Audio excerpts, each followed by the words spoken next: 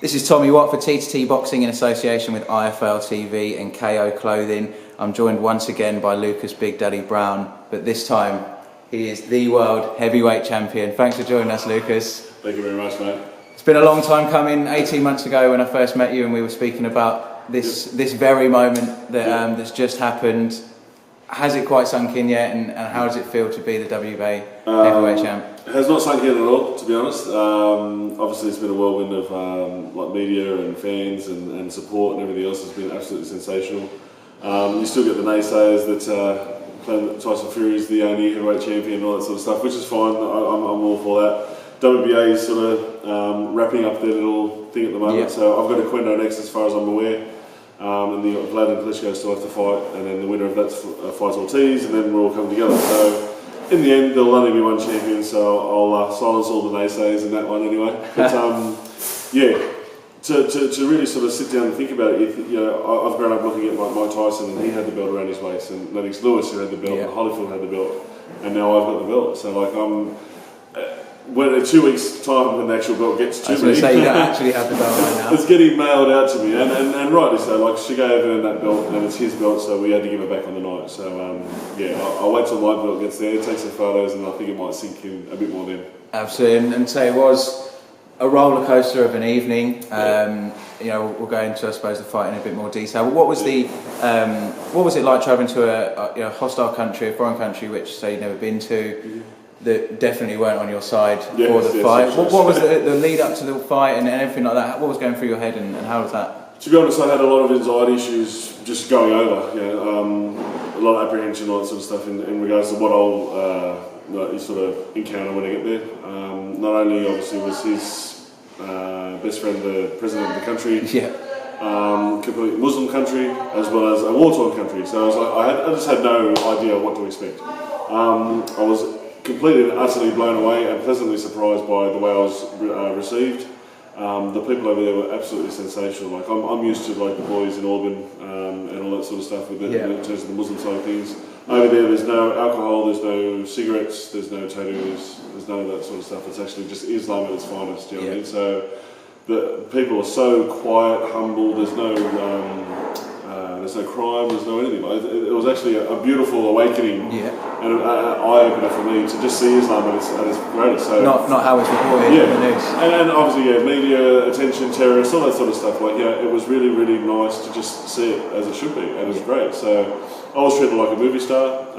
There was armed guard and police escort and everything. So I really got treated really, really well. We had the whole 25th floor of the hotel, so we all just left our doors open and coming in and out each other's doors and stuff like that. I had both my brothers, manager, his dad, sponsor, and obviously team there as well with Rodney and everyone else. So it was just a great vibe all up, And I know you had a visitor after the fight, answering the door not quite prepared. Can you tell us a bit about that story? I went to sleep at about 6:30 a.m.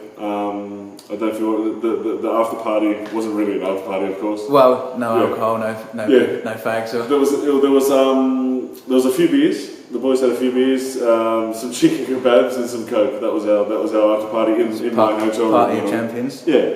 So basically, 6:30 a.m. I went to sleep. At 9:30 a.m. I had a knock on the door. So I've answered it in my underwear, and it was Kostya Zoo to come and say congratulations. And he stuck around for about 40 minutes, had a good old chat. So it was nice. But yeah, a little bit sort of taken back by the whole thing at that point. He was also on the flight to Moscow and everything else, and was an absolute gentleman and a legend in every sense of the word. So yeah, it was really, really nice. Yeah, it's one history maker meeting another there. Yeah. And going into the fight, I'm sure a lot of people would have felt it in the same way that say I did. I was on the edge of my seat. I didn't actually sit down for the whole fight. Start off. I've seen yourself and Rodney training. The jab was pumping. Looked really nice. First round was very, very quiet, and then 2, 3, 4, 5, you were looking to be taking control of the fight with the jab. And then obviously that round 6. Talk to us about that. What was CHAGAEV's power like, and how were you feeling pre-knockdown? I've been told before by a few people that have fought him and stuff like that. Kalamir being one of them, that he didn't have much power, all that sort of stuff. So I wasn't sure what to expect. I wasn't expecting too much. Definitely within the first round, he had a lot of power. It was a lot more sharper than I expected, put it that way. So obviously his trainer was Diaz, all the rest of it. Yeah. Diaz, is that right? Yeah, so yeah. He completely sharp, completely on crisp, and the timing was really on. So I had to be on my guard in that regard. We were working on movement and all that sort of stuff. I believe, looking at it, you can see that my movement was much better. Head movement was better, more jab, more this, more looking like a boxer than just some big fella lugging forward. So I spoke to the judges actually the next day when we were at the airport, and they had me six points down, 6 points down, and 7 points down. So that was the actual three judges. I did not. Yeah. I had that very differently. So I thought I was losing, obviously with the knockdown and stuff like that, and being the home crowd and being champion. Fair enough, I was losing, but I didn't think I was losing by that much. I think pre-knockdown I had you fair. I thought the knockdown probably edged him ahead. But until then, I thought it was very close. Yeah, that's right. So I thought, I've watched it back now. I thought I did extremely well, and I was very happy with my performance. Obviously, I'm my own worst critic, so I've got many things to work on. But I was quite happy with the performance as a whole, Yeah, absolutely. I mean, say from the knockdown, I'm sure many fans would have been in the same position, fearing the worst. It's the heavyweights, once someone puts on that pressure, it's very hard to go. And I don't know how it felt for you, but after that 10-second buzzer, it felt like slightly more than 10 seconds. I'm not sure if that's been brought to your attention. The sixth round was 15 seconds longer. Yeah. And the seventh round, when I started coming back, was 45 seconds shorter. Yes, it was. So it's very interesting. Very interesting.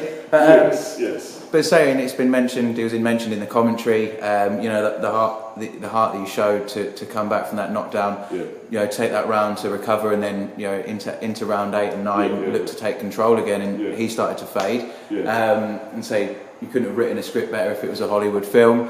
And then that knockdown just came out of nowhere, and he fell like a tree. How were you feeling as you saw him fall? And you're following him as he hits the canvas. How did you feel at that moment? Well, in that 10th, as you said, it was just timed perfectly. Like I didn't try to knock anyone out, didn't do anything. I just said, "There's the punch," boom, threw it, and it knocked him down. And I was chasing, wanted to put one more in before he fell, but he fell just as I got there. So I've gone back to the corner and looked at my corner, and they've just gone, "Get on him," and I've gone, "Yeah, I'm going to." Because at the same time, he knocked me down in the 6th, but I don't think he capitalised the way he should have. No, absolutely not. My movement obviously helped with that, but at the same time, he should have just jumped on me as much as he could, and he probably would have got me out of there. Like, I wasn't 100%, obviously, but I was getting there by the end of the round. So I had that in my head, thinking, well, I've got to jump on him and not let him off. And the punches weren't exactly the most technical of punches, but they were big. They were big. Yeah. It was just like you just went in up, you just came in and were like, you're getting hit with this right hand. I'm going to throw punches at your head. and again, looking at the timing, I think had it been the other way around, the ref probably would have jumped in 3, 4, 5 punches earlier. He wanted to give CHAGAEV a chance, but he was not coming back from that point. In all honesty, I was going to throw maybe 2, 3 more punches and then step back and start launching in properly because there was no defence. There was basically just standing there. So it was going to be my opportunity to sort of stand back and just go bang and knock him on his ass. But the ref stopped in, I think, at the perfect time. Yeah, absolutely. And they say it just capped off a magical night. And one punch as well. Sorry, just to go back to the fight was. Your uppercut just seemed to land every time you threw it. Is that something that, I know you and Rodney were working on a lot, but is that something that you knew was going to be his weakness? I didn't know it was going to be the weakness. I think I'm a thinker, so I'll throw something and see how it lands, see his reaction, see if he blinks, all this sort of stuff. And once I sort of clicked on okay, I'll throw an uppercut, see what happens in the 7th. And I landed, and I would just keep throwing that one, So I just kept throwing it because it kept landing. So here we are. Perfect. And so back in Australia now, I know you're back in Perth with the family, which is something that obviously you've missed for the last however long that we've been speaking.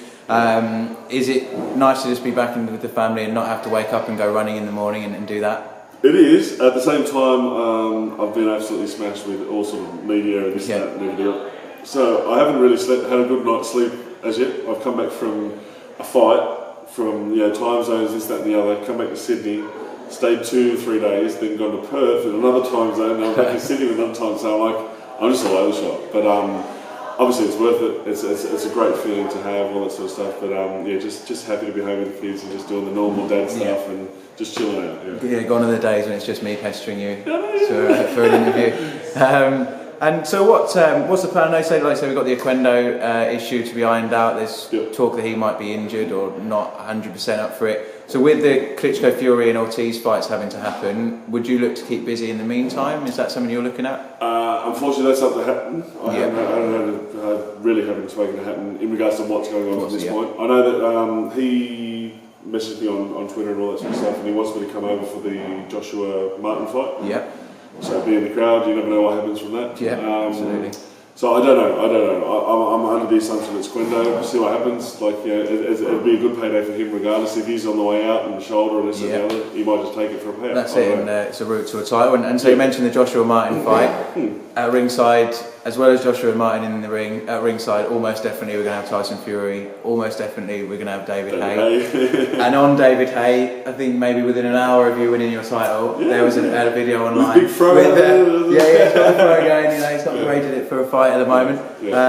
And he had the WBA book before. That's right. He obviously fancies it again. And you know, people will look at, say, yourself and Charles Martin as new champions as you know the easiest pickings, I suppose. And CHAGAEV will probably tell them that it's not as easy as they thought. And you know, you can see the reactions there. They thought that you were coming over to be an opponent for Ruslan CHAGAEV. And the reaction at ringside was amazing. Yes. I've turned around after the ref stopped it, threw my arms up in the air, said yes, and there wasn't a sound in the place. I've never seen not one sound in the place. So when my corner jumped in and was going absolutely bananas, I've said we had to settle down right now because it looks disrespectful. So I was the one that had to calm my corner down to make sure it wasn't disrespectful. But it was an absolutely fantastic night, and obviously we're looking forward to many more. Like, I know you've been absolutely slammed by the media. It's as much as I'd like to talk to you for the next half an hour. I'll let you get back to your family, and I would do it. I'll let you get back to your family. We'll catch up on the phone while you're back in Perth, and